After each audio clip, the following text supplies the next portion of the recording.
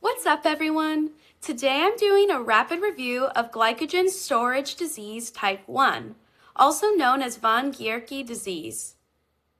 Glycogen storage disease type 1 is an autosomal recessive inherited metabolic disorder. It is caused by a deficiency in the glucose 6-phosphatase system, which is crucial for the final step of glycogenolysis and gluconeogenesis. This defect leads to the accumulation of excessive glycogen and fat in the liver and kidneys. Now, there are two major subtypes you need to know. The first is type 1A, and this is the most common form. It's caused by a deficiency in the glucose 6-phosphatase catalytic subunit, encoded by the G6PC gene. The other is type 1B, which is caused by a defect in the glucose 6-phosphate transporter, encoded by the SLC37A4 gene. Now, the condition is characterized by severe metabolic disturbances that typically present at age 3 to 4 months, or whenever the infant begins sleeping through the night and fasting for longer periods. The hallmark presentation includes severe fasting hypoglycemia, which can lead to seizures. Untreated infants often display a classic physical appearance, which is often described as a doll-like face with full cheeks, short stature, thin extremities, and a protuberant abdomen due to massive hepatomegaly, which is an enlarged liver, and nephromegaly, enlarged kidneys.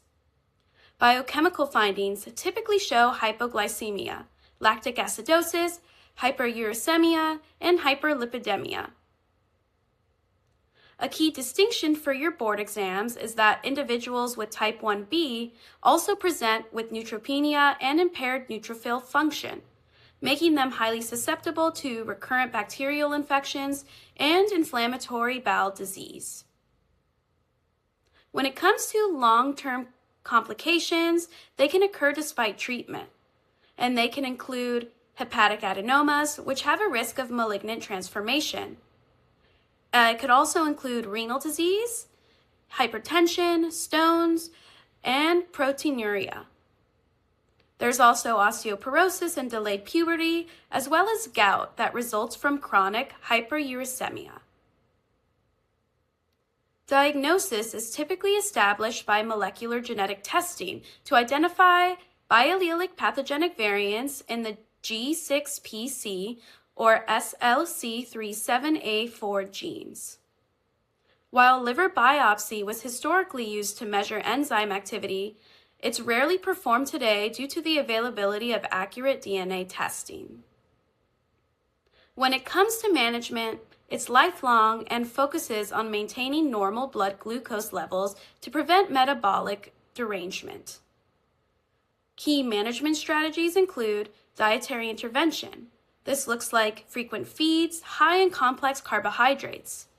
A mainstay of therapy is the use of uncooked cornstarch, which acts as a slow-release glucose source. Infants may require continuous nocturnal gastric drip feeding. There's also dietary restrictions.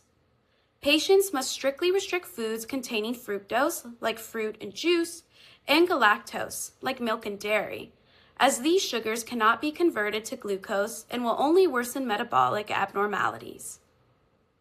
Then there's medical management. This includes allopurinol for hyperuricemia, lipid-lowering agents for hyperlipidemia, and citrate supplementation for nephrocalcinosis. Patients with type 1B often require granulocyte colony-stimulating factor, also known as GCSF, to treat neutropenia. Lastly, there's surveillance.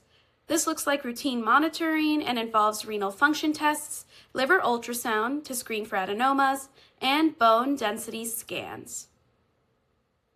And that's your rapid review. Hit that like and subscribe button for more quick study tips, and I'll see you next time.